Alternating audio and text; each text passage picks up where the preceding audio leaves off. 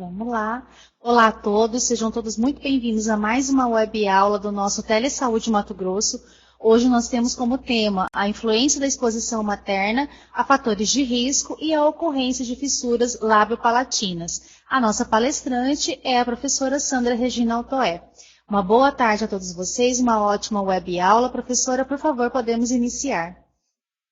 Boa tarde a todos, é um prazer estar compartilhando um pouco do conhecimento adquirido na dissertação de mestrado, concluída numa pesquisa feita aqui em Mato Grosso, a respeito dos fatores que no primeiro trimestre de gestação levam à formação de fissuras lábio-palatinas. Essa pesquisa ela foi desenvolvida sob orientação do professor Luiz Evaristo Ritt Volpato. Então, esse nosso momento de apresentação terão duas partes. No primeiro momento, queremos contextualizar a questão da ocorrência de fissuras lábio-palatinas através das pesquisas realizadas no Brasil e fora, do nosso país. E no segundo momento, apresentar então os resultados deste estudo de caso-controle que realizamos, onde o nosso principal objetivo é, como profissionais de saúde, estarmos promovendo, então, a saúde da criança, maior alegria para a família, podendo evitar esta malformação. Então, as fissuras orofaciais, elas figuram entre as anomalias craniofaciais de maior incidência. Apesar de muitos estudos estarem e já terem sido desenvolvidos no mundo sobre o tema, os fatores etiológicos e genéticos ainda não se encontram totalmente esclarecidos. Observa-se, através das inúmeras pesquisas, que a ocorrência de fissuras lábio-palatinas apresenta grande variação conforme o sexo, a raça, a localização geográfica, as exposições ambientais e condições socioeconômicas das populações estudadas.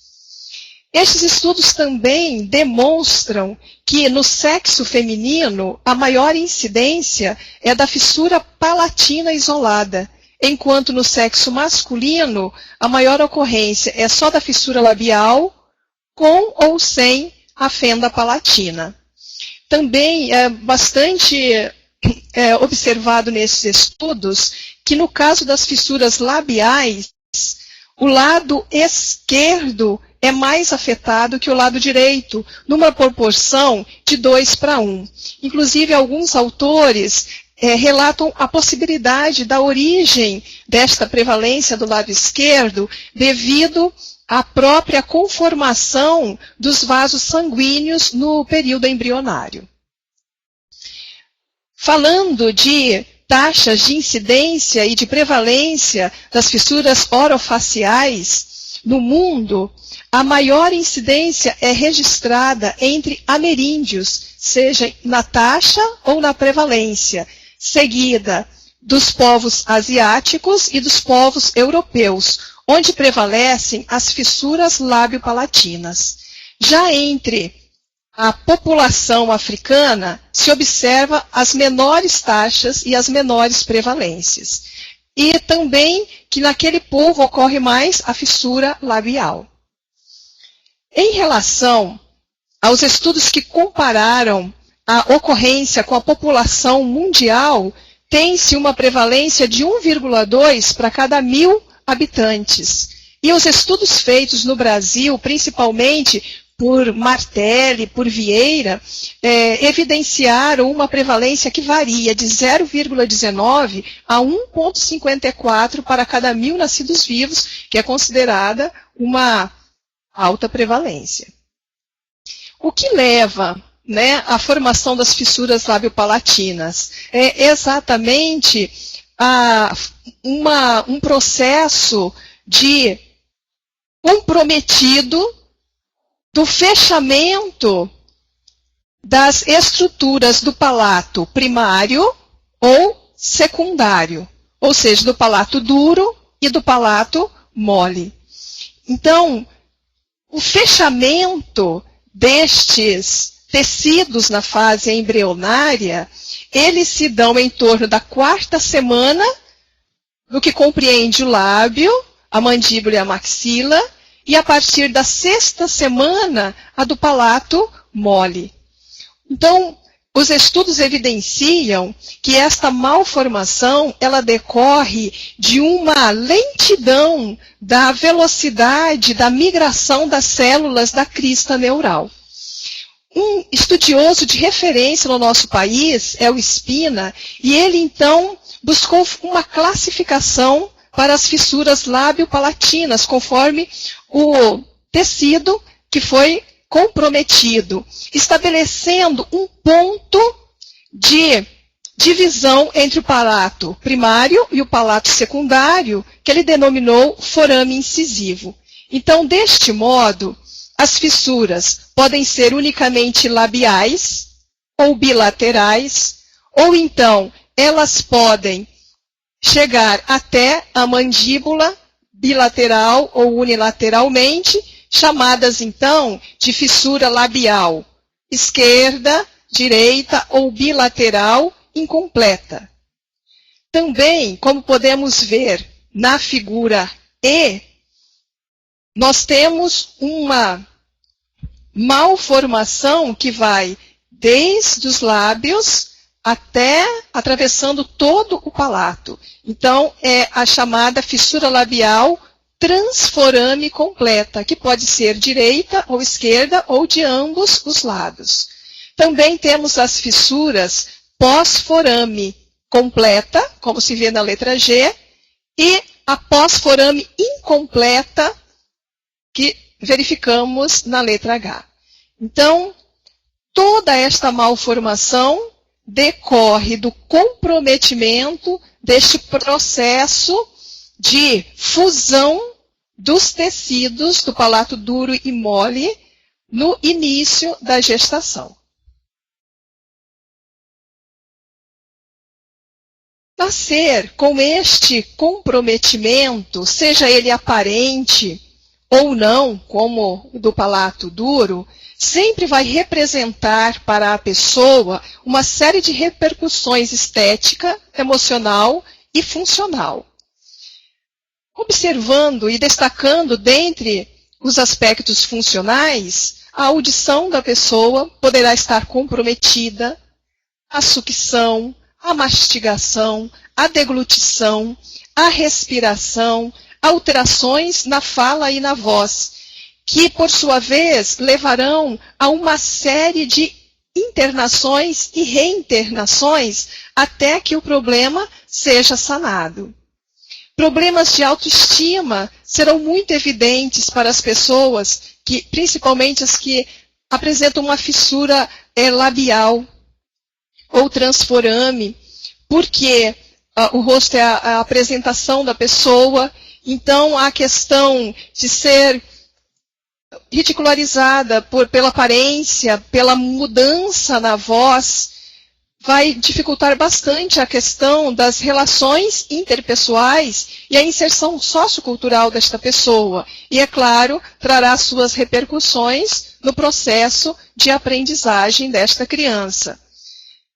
Também, os estudos mais recentes observaram que, quando há uma presença de fissuras labial ou transforame direita e esquerda, essas são mais profundas e, em geral, então, a criança também apresenta disfunções cognitivas e determinadas patologias cerebrais que requerem, então, dos profissionais que acompanham essa criança, um estudo de neuroimagem. Todo este contexto para a criança e sua família levará a uma busca de resolver este problema, restabelecer as funções de respiração, de audição, de fala, fundamentais para o desenvolvimento, para a vida. E esse tratamento pode se dar no momento do nascimento, quando uma criança nasce com uma fenda labial, conforme a capacidade instalada de uma instituição de saúde, já se faz a sutura da fissura labial no momento do nascimento, até chamada, que foi feito um tratamento no ponto zero, né, logo ao nascimento. Ou convencionalmente, como a maioria dos protocolos do nosso país, as fissuras labiais, então elas são tratadas no 3º mês de vida, já as fissuras palatinas a partir dos 12 meses. Conforme vai se dando o crescimento e o desenvolvimento desta criança, enxertos ósseos alveolares são necessários e eles podem ser feitos neste período de 8 e 12 anos ou dos 7 aos 9 anos. Com o passar do tempo, como aos 18 anos se dá o término do crescimento dos ossos craniofaciais, então são feitas as cirurgias ortognáticas, ou seja, as cirurgias estético-funcionais, para então fazer o alinhamento das aletas nasais, um possível preenchimento labial, né, chamada de, no caso do preenchimento das aletas nasais, do seu alinhamento, a rinoplastia secundária. Todo este tratamento envolve uma equipe multiprofissional que trabalha articulada com a criança e com sua família, compreendendo fonoaudiólogos, psicólogos, otorrinos, odontólogos, médicos e enfermagem com toda a sua equipe. É um tratamento doloroso, com repetitivas internações, mas o que se busca é o restabelecimento ou a melhora de todas as funções, levando esta pessoa a ter benefícios de sociabilidade e os benefícios socioemocionais. Partindo agora para um outro aspecto, que é os das pesquisas que têm sido realizadas no mundo a respeito do que leva a esta malformação. Então, dentre os 14 fatores genéticos citados, nós temos principalmente o fator regulador do interferon, que uma série de pesquisas já tem apontado como bastante ligados a essa alteração deste processo de fusão do palato duro e mole no início da gestação. Então, lembrando do palato duro a partir da 4ª semana de gestação e do palato mole a partir da 6ª semana de gestação se dá essa fusão. Muitos autores têm evidenciado que a idade dos genitores, entre 17 e 35 anos, é que se dá a maior ocorrência de fissuras lábio-palatinas. Em relação à ordem de paridade, também uma série de pesquisadores demonstram que o primeiro ou o segundo filho são os mais acometidos pela fissura lábio-palatina. O tabagismo é praticamente um consenso sobre as alterações que provoca nesta etapa, né, embrionária de desenvolvimento do feto. A bebida alcoólica também é citada por um número significativo de autores, assim como as infecções maternas, principalmente as infecções urinárias, as infecções respiratórias e as infecções vaginais. Então, são todos fatores de risco demonstrado nessas pesquisas para a ocorrência das fissuras lábio-palatinas. Também doenças como diabetes e hipertensão se mostraram associadas à ocorrência de fissuras palatinas em diversos estudos.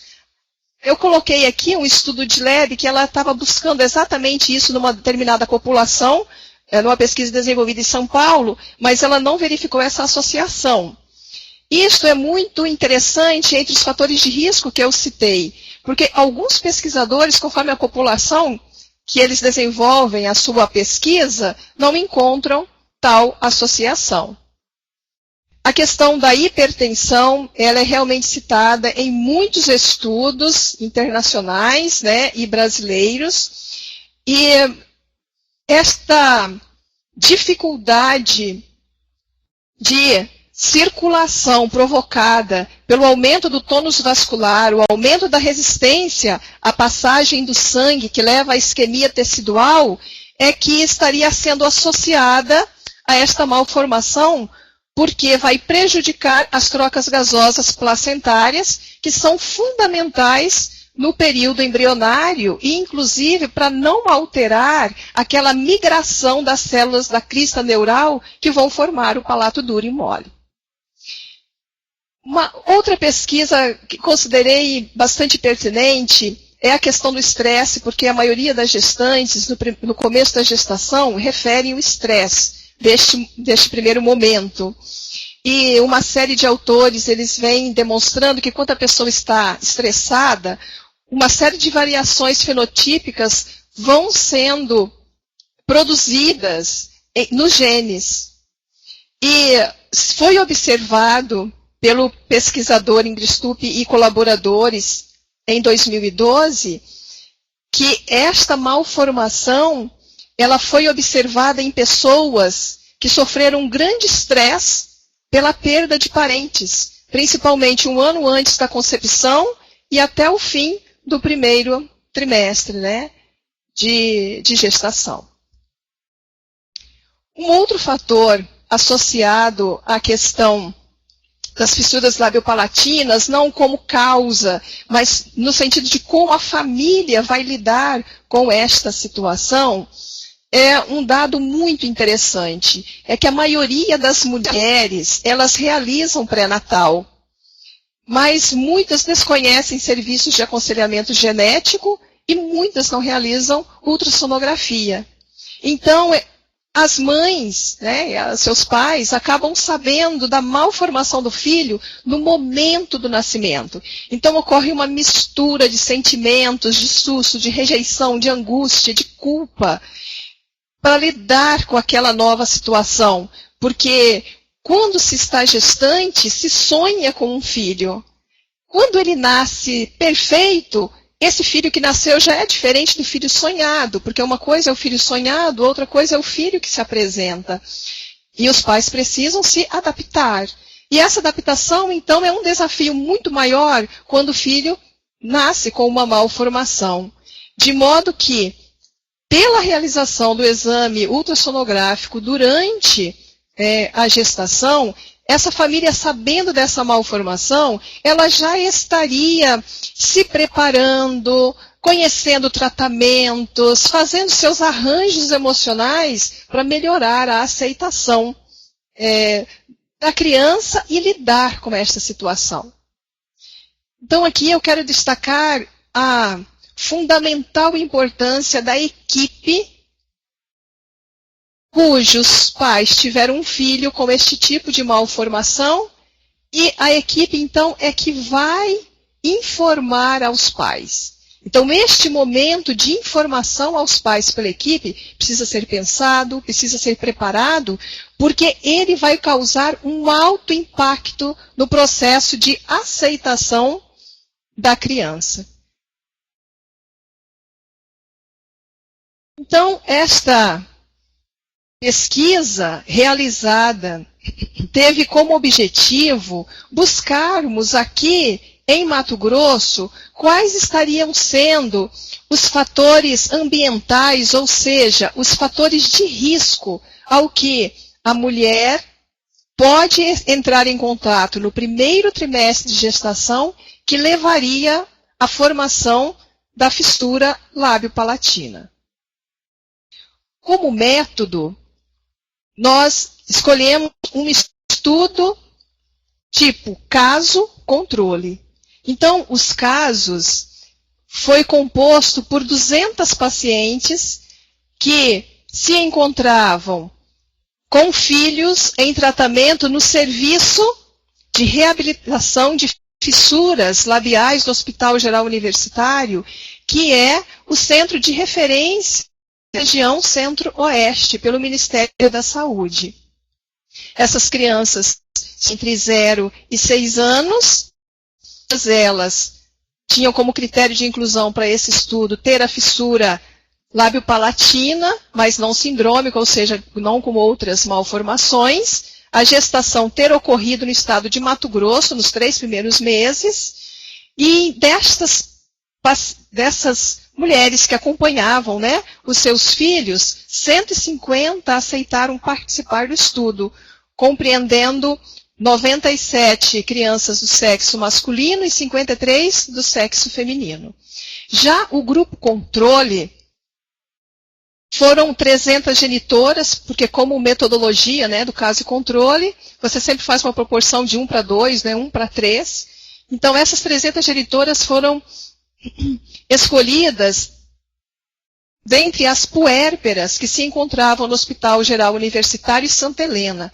Por que escolhemos fazer essa entrevista com mães de filhos sem qualquer malformação logo após o nascimento?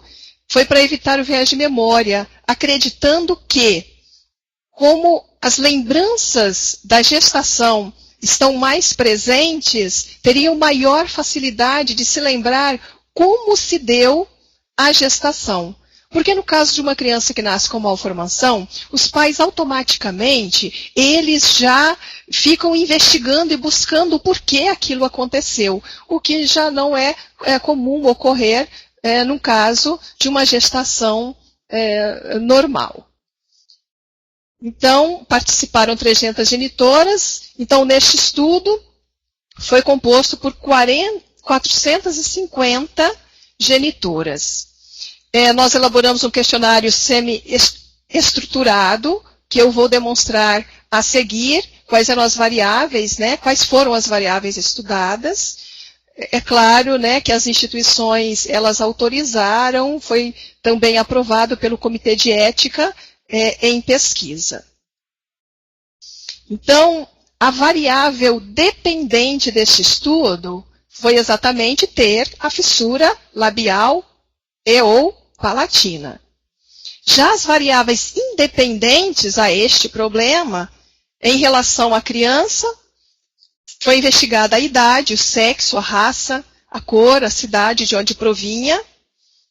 Em relação aos pais, a sua idade, a escolaridade, o número de gestações e se fez ou não o pré-natal. Quanto às doenças, investigamos diabetes, hipertensão, infecção, obesidade e estresse. Em relação ao uso de medicamentos, o uso de vitaminas, de ácido fólico, de analgésicos, de antibióticos, de anti-inflamatórios, corticoides, anticonvulsivantes e benzodiazepínicos. E em relação às bebidas, se houve consumo de bebidas alcoólicas ou a questão do tabagismo, o uso de drogas ilícitas e se foram expostas à radiação ionizante. Lembrando que toda referência sempre foi os 3 primeiros meses de gestação, onde se dá a fusão, então, dos processos alveolares. Como metodologia, eu quero passar rapidamente para depois a gente entender melhor os resultados. Então, os dados, eles foram processados, normalmente no programa Excel. Depois, esses dados descritivos, eles foram colocados em tabelas, onde foi verificada a frequência absoluta e relativa. E numa parte inferencial, ou seja, na determinação das medidas de associação entre as variáveis dependentes e independentes, se estavam ou não associadas à ocorrência de fissuras, foi utilizado o teste quadrado, exato de Fischer, razão de verossimilhança, sempre tendo como um nível de significância o produto 0,05, o resultado 0,05. Depois de obtida a razão de chances bruta, ou seja, a possibilidade de o evento ocorrer em um grupo e também no outro, foi verificado o intervalo de confiança, foi estabelecida a probabilidade de confiança, que eu sempre vou referir como p-valor. Depois dessa primeira análise, então, foi feito o modelo multivariado de regressão logística, buscando realmente conhecer como se dá a exposição à doença. Permanecendo, então, no modelo final, somente aquelas variáveis que apresentaram associação com a ocorrência de fissuras labiopalatinas. Então, os resultados que nós encontramos, eu vou começar por expor a análise descritiva. Então, na verificação do sexo, né, das crianças, 64% era do sexo masculino. Em relação à raça, vemos 43,56% se intitulou como brancos. Em relação à faixa etária materna, a maior incidência foi entre 20 e 34 anos, e paterna entre 20 e 39 anos, muito próximas. Em relação ao grau de instrução, se observa que os pais e mães basicamente tinham ensino médio, sendo a proporção de mulheres com ensino médio e ensino superior um pouco superior à dos homens, tendo uma significativa parcela, né, com ensino fundamental. E uma coisa interessante nessa pesquisa é que muitas mulheres elas não referiam o grau de instrução dos esposos, como se isso for algo que não se sentia à vontade para estar expondo. Agora, ainda nesta análise, buscando então se fez pré-natal ou número de gestações, as questões relacionadas ao estilo de vida, temos aqui um número de gestações referidas como a sua primeira, por 40,22% das entrevistadas. Muito expressivo o número de mulheres que realizaram pré-natal, 97,78%. Referiram diabetes apenas 2,44 pessoas. Hipertensão, 7,33%. Referiram infecção urinária, 28,67% das participantes. Obesidade, 8,67%. E estresse, 41,78% das mulheres entrevistadas. Em relação à utilização de medicamentos, nós temos um consumo, realmente um uso significativo do ácido fólico, por 71,33% durante a gestação, durante os 3 primeiros meses de gestação. O uso de vitaminas por 50,7% das participantes. O uso de analgésicos por 46,44% participantes. O uso de antibióticos por 25,33%. O uso de anti-inflamatórios, de corticoide, de anticonvulsivantes e benzodiazepínico por poucas dos participantes. Em relação às doenças e estilo de vida, temos um número de 16,22 pessoas que referiram a utilização, a ingestão de bebida alcoólica até uma vez por semana, entre 12 e 12,67 referiram de 1 a 4 doses. O uso de drogas foi referido apenas por 1,56%, e sendo especialmente utilizada a maconha. Em relação ao tabagismo ativo e passivo, tivemos aqui 15,56% de participantes que referiram tabagismo ativo, mais que 10, um consumo menor que 10 cigarros por dia. E foram submetidos à radiação ionizante, ao raio-x, 2,44% das entrevistadas. Bem, então, qual é o resultado de todos esses dados quando se fez a análise bivariada, colocando casos, controles, aplicando a razão de chances para ocorrência, o índice de confiança, tendo-se o p-valor. Então, observou-se quanto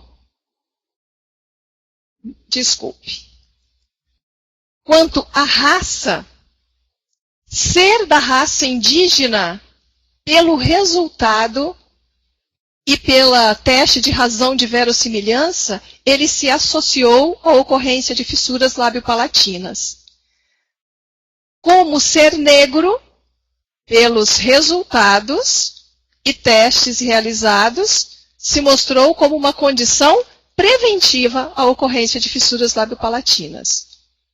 Em relação ao grau de instrução, ter 9 anos ou menos anos de estudo se mostrou associado à ocorrência de fissuras labiopalatinas.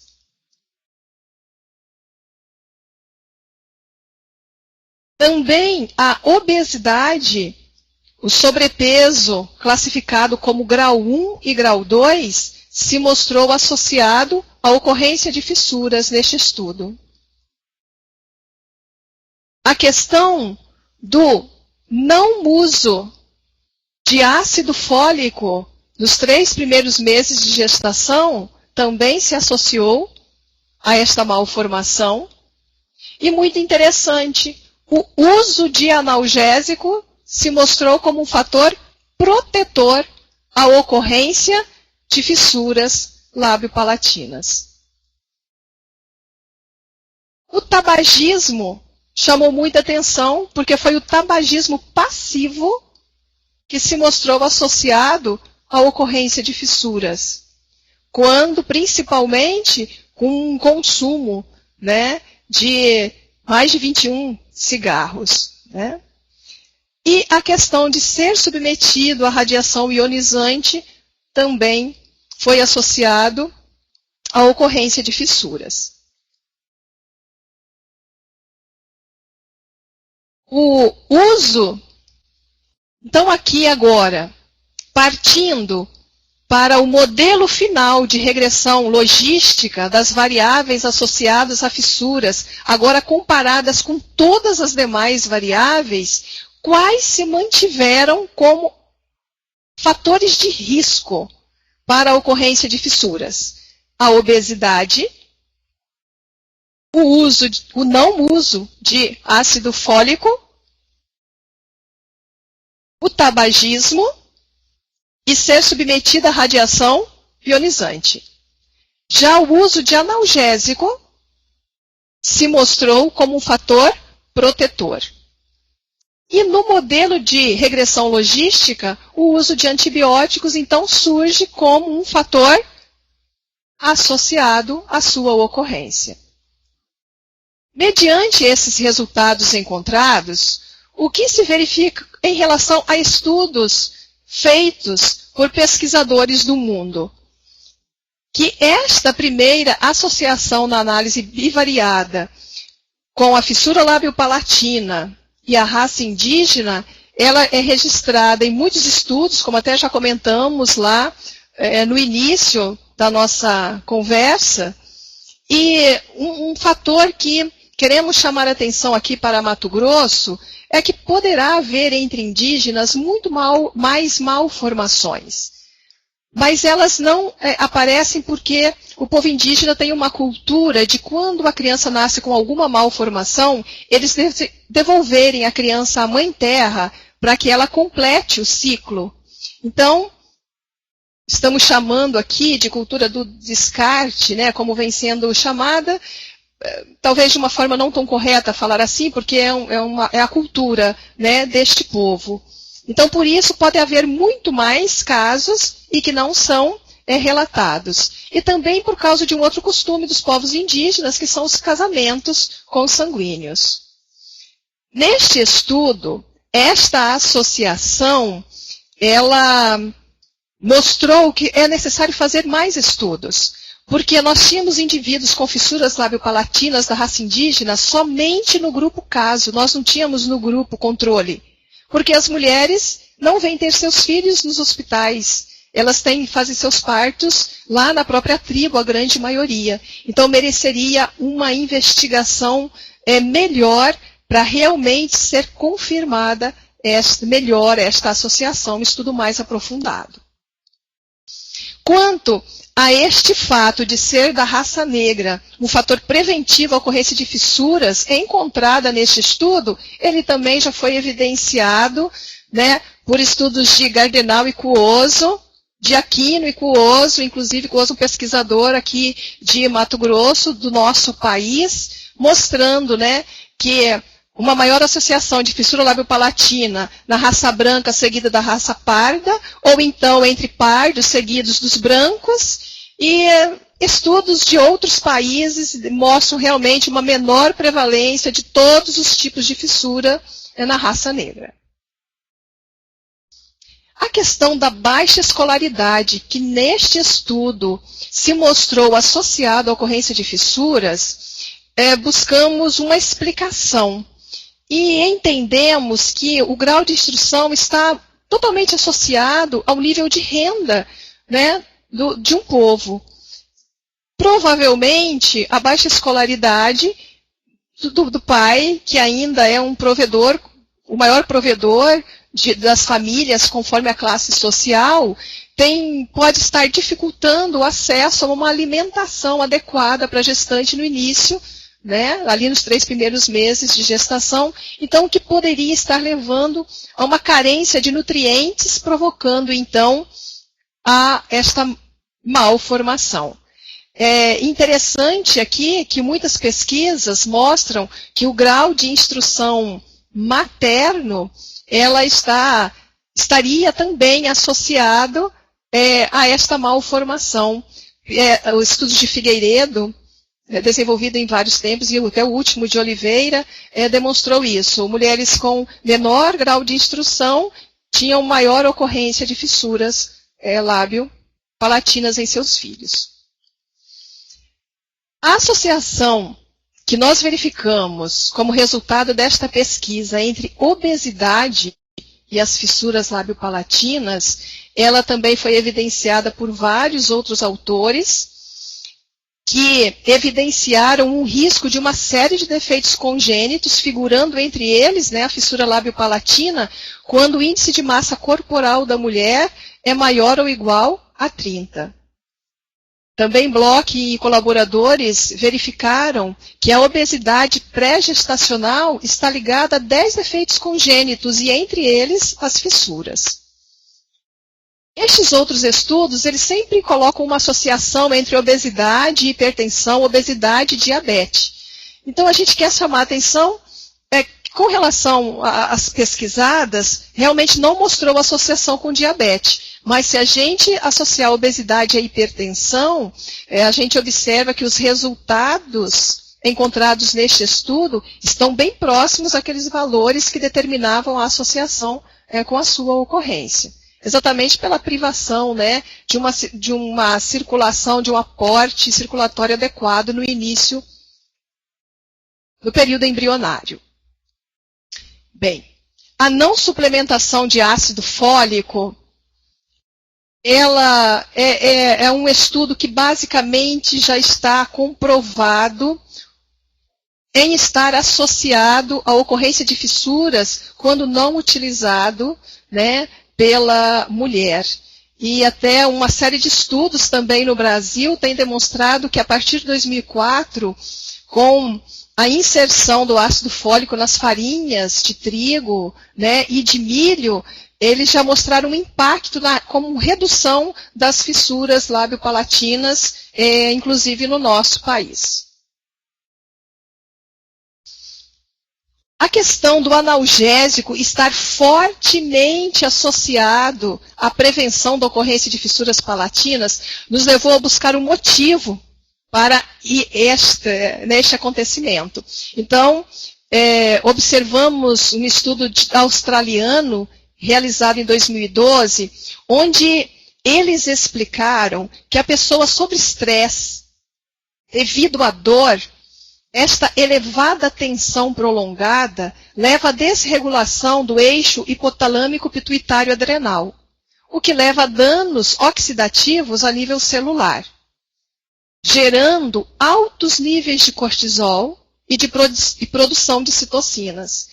Essa mudança hormonal faz com que se diminua o fornecimento de sangue para a musculatura, consequentemente, diminui o fluxo sanguíneo, no caso da gestação, para a placenta, levando, então, a uma deficiência nutricional no período embrionário, o que poderia, então, estar levando a alterações genéticas. Então, apesar de uma série de entrevistadas terem referido estresse durante os 3 primeiros meses de gestação, este estudo não obteve essa associação entre estresse e a ocorrência de fissuras labiopalatinas. A questão do uso de antibióticos foi associada à ocorrência de fissuras labiopalatinas, como em outros estudos de pesquisadores do mundo, pelo uso de tetraciclina, sulfametaxazol, trimetoprim, pivenicianam, amoxicilina. Então, esses pesquisadores se voltaram para um determinado tipo de medicamento. E como alguns encontraram associação, alguns outros estudos, como o de Rocha, em 2013, realizado em São Paulo, não observou esta associação entre o uso de antibióticos e as malformações. O resultado encontrado nesta pesquisa que fizemos, na verdade, merece maiores investigações, porque foi perguntado se foi utilizado algum tipo de antibiótico. Então, mas não o tipo de antibiótico, a dose, o tempo de uso. Então, uma melhor investigação precisa ser feita para se determinar mesmo qual antibiótico e assim por diante, quais as outras características estariam associadas à ocorrência de fissuras. Quanto ao tabagismo passivo, que foi associado à ocorrência de fissuras labiopalatinas, é também um tema de consenso entre os pesquisadores, independente do grupo étnico, está verificada esta realmente associação. Por quê? Porque o tabagismo, ele acaba por influir nas trocas sanguíneas entre mãe e feto. Então, isso leva à diminuição dos níveis de folato fetal essenciais à formação do tubo neural. O nosso estudo, não vimos nenhum outro em que o tabagismo passivo mostrou-se associado à ocorrência de fissuras labiopalatinas. Então, é algo intrigante e que nos leva como profissionais de saúde mesmo para divulgar entre a população que a mulher ela já está mais consciente dos prejuízos do tabagismo durante a gestação. Mas os seus parceiros precisam ainda ser orientados e convencidos sobre esta questão. Um outro motivo da possível malformação também vem sendo estudado, como por exemplo pelo Mustafa, onde ele verificou que os pais fumantes têm a gênese dos gametas masculinos prejudicados. Mas o estudo de Rocha, com a associação entre tabagismo e a ocorrência de fissuras, não encontrou esta associação no seu estudo. Com relação, por último, em exposição à radiação ionizante que foi associada a esta malformação, nós temos um estudo de 2010 que evidenciou a susceptibilidade do feto entre a 2ª e a 15ª semana de vida intrauterina à radiação ionizante. Porém, Patel, em 2007, fez um estudo profundo, muito interessante, mostrando que a radiação ionizante utilizadas para diagnóstico, elas não levam ao risco da ocorrência de malformações.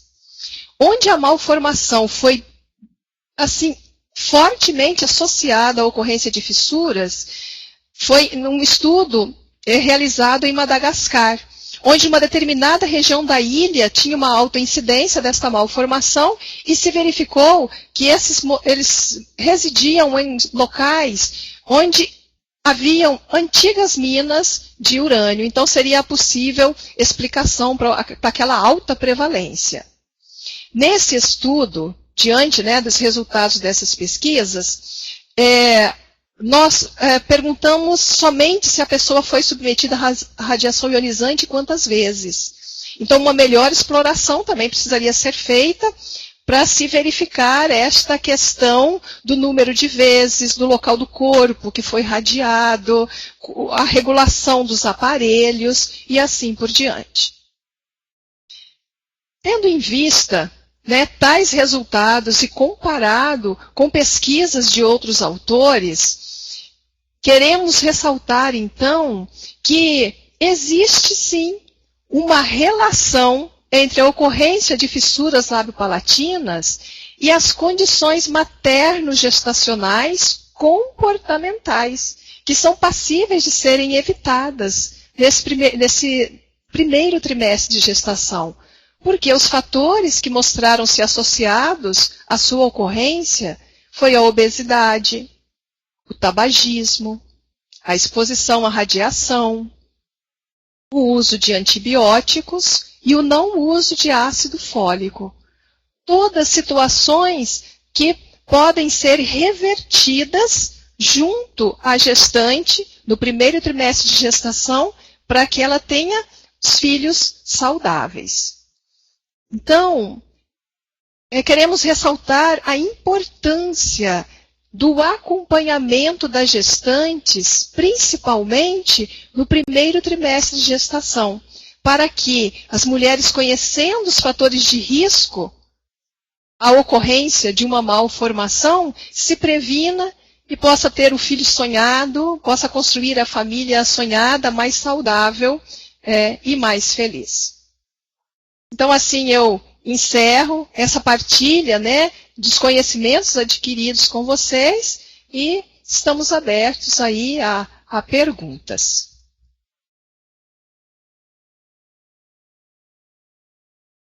Bom, pessoal, enquanto a gente vai dar um tempinho, então, para a professora, né, poder estar tomando uma água, eu vou colocar aqui para vocês o link para fazer a avaliação dessa web aula de hoje. Essa avaliação agora é importante para que a gente possa estar melhorando tanto com relação às falhas, algum problema que vocês possam ter tido com a transmissão, como também para que vocês possam se manifestar com relação aos temas de interesse de vocês, da região de vocês.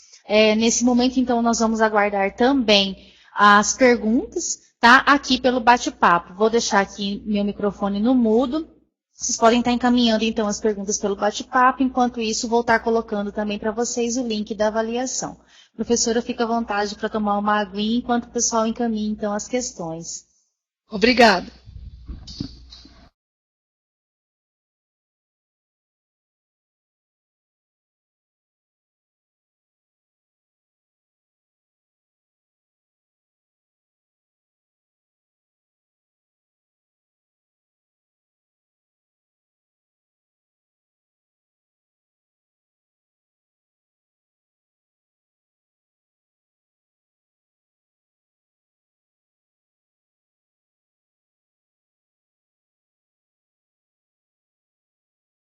Gostaria só de lembrar aqueles que chegaram, né, que entraram na nossa web depois do início da aula, que vocês podem ainda estar baixando a apresentação, tá? É só clicar na setinha logo abaixo aqui do slide, para vocês poderem estar salvando essa apresentação para vocês.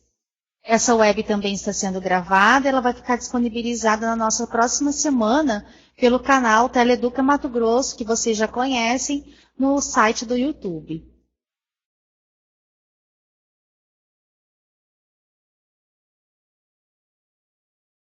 Estamos aguardando, então, as perguntas, aproveitando aqui a presença da professora Sandra.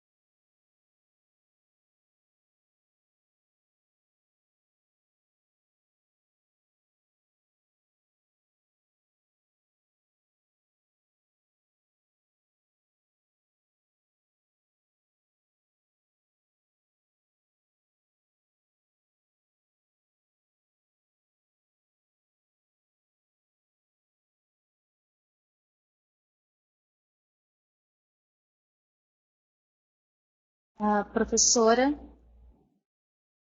então, vamos agora à primeira pergunta. Existe um acompanhamento psicológico para as famílias?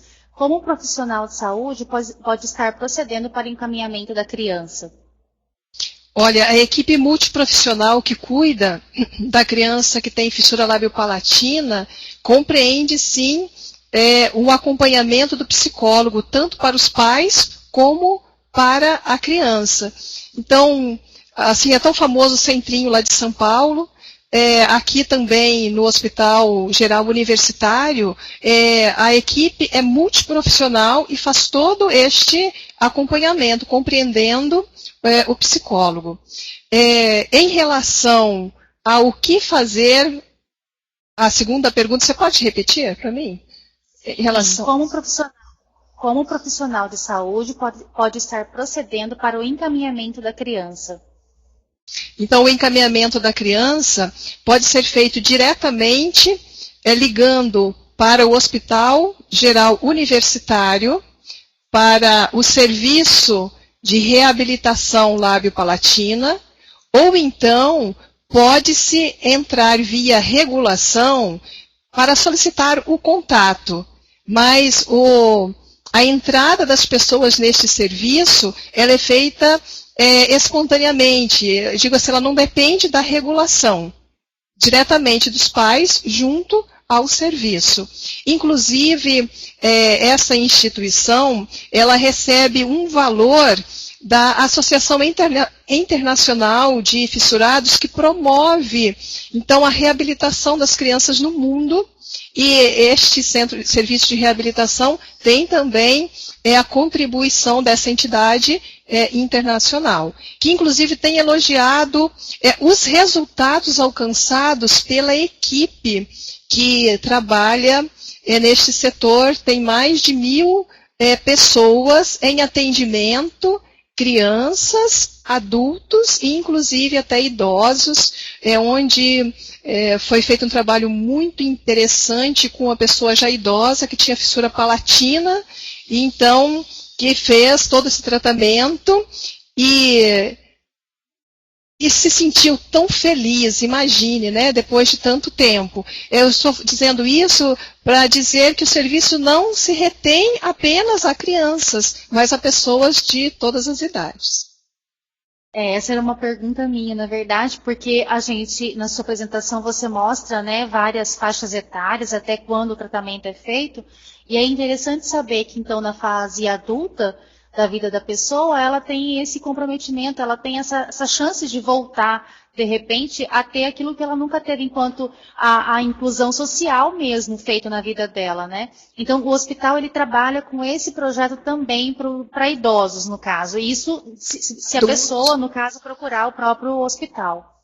Certo. É claro que todo o tratamento que a equipe multiprofissional vai realizar, quanto mais a pessoa vai passando a idade, fica mais difícil, não vai ter um retorno de 100%, né? Como quando, né, se inicia o tratamento logo após o nascimento ou em torno aí dos 3 meses. Porque as complicações auditivas devido às infecções repetitivas, né, de ouvido, leva realmente a danos no ouvido médio importante. Então, a pessoa às vezes fica com um comprometimento.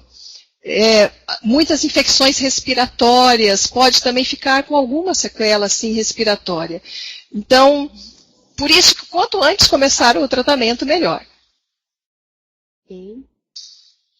Pessoal, nós temos mais um tempinho para as perguntas, estamos aguardando.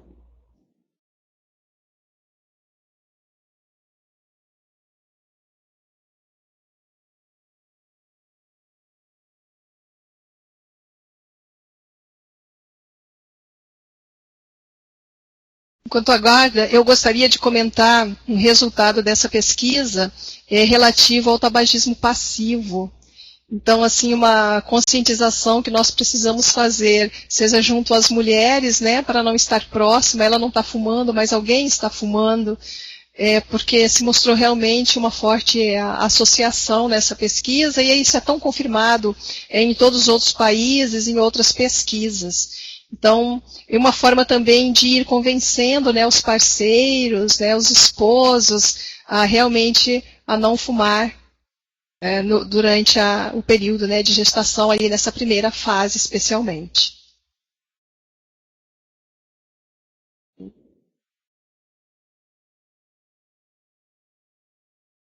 Professor, o fator genético ainda é o mais acentuado de todos os fatores? Os fatores genéticos, eles vêm sendo pesquisados, né? Então, as pesquisas evidenciam entre 3 a 14 genes envolvidos nesta malformação, mas ainda não se tem, assim, um específico, um que os pesquisadores falem, é este aqui. Né, a maioria das pesquisas evidenciam a questão do IRF6, né, o fator regulador de interferão, que está relacionado à questão do ácido fólico, né, fundamental na formação ali do tubo neural no início da gestação. Então, os demais elementos pesquisados, dá resultado em algumas pesquisas e depois, quando ela é replicada, nem sempre se confirma o resultado. Então, se existe um fator genético, determinados estudos mostram que entre pais e mães que já tiveram fissura labiopalatina, existe uma maior incidência de terem filhos com fissuras labiopalatinas. Então, existe sim um componente genético. Né? Ele não foi o foco desta pesquisa, né? Que aqui foram os fatores realmente... Inclusive, nós falamos fatores de risco, mas se vocês pegarem estudos externos ao Brasil, eles vão chamar de fatores ambientais. Né? Um ambiental um pouco diferente do que a gente está acostumado a classificar como ambiental. Ok.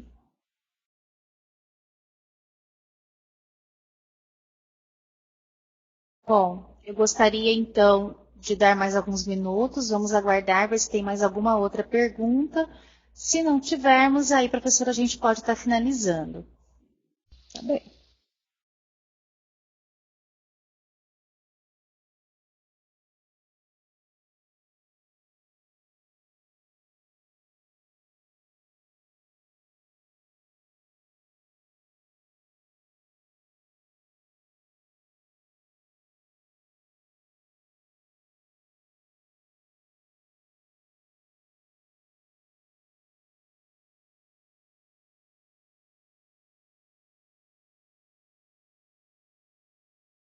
A Andréia estava com problema de áudio. Andréia, agora você já escuta.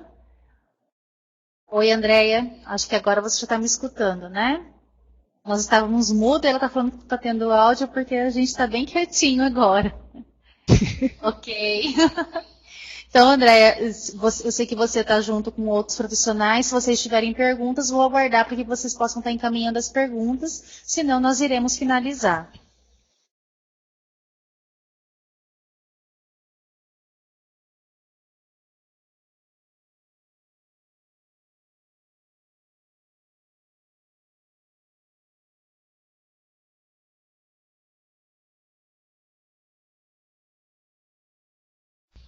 Gostaria então de lembrar a todos que nós teremos uma web aula no próximo dia 1º a respeito da saúde do homem.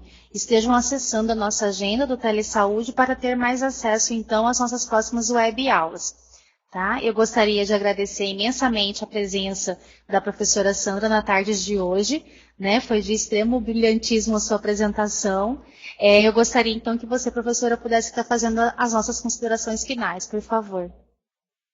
Eu agradeço a oportunidade de estar partilhando, né, com os demais profissionais os resultados desta pesquisa, o que é um anseio que eu tinha, porque às vezes você publica, né, em revistas internacionais e a nossa população mesmo fica sem acesso a todo este conhecimento, porque nem todo mundo, né, acessa, né, essas revistas. Então eu agradeço vocês que nos acompanharam, que possam divulgar, né, este conhecimento para a gente realmente promover saúde, ter uma sociedade cada vez melhor, né, mais feliz, as pessoas bem, e se porventura alguma criança nascer com malformação, saber que nós dispomos em Mato Grosso de um excelente serviço de reabilitação em fissuras labiopalatinas, com pessoas realmente preparadas para dar todo o suporte necessário, né, às famílias.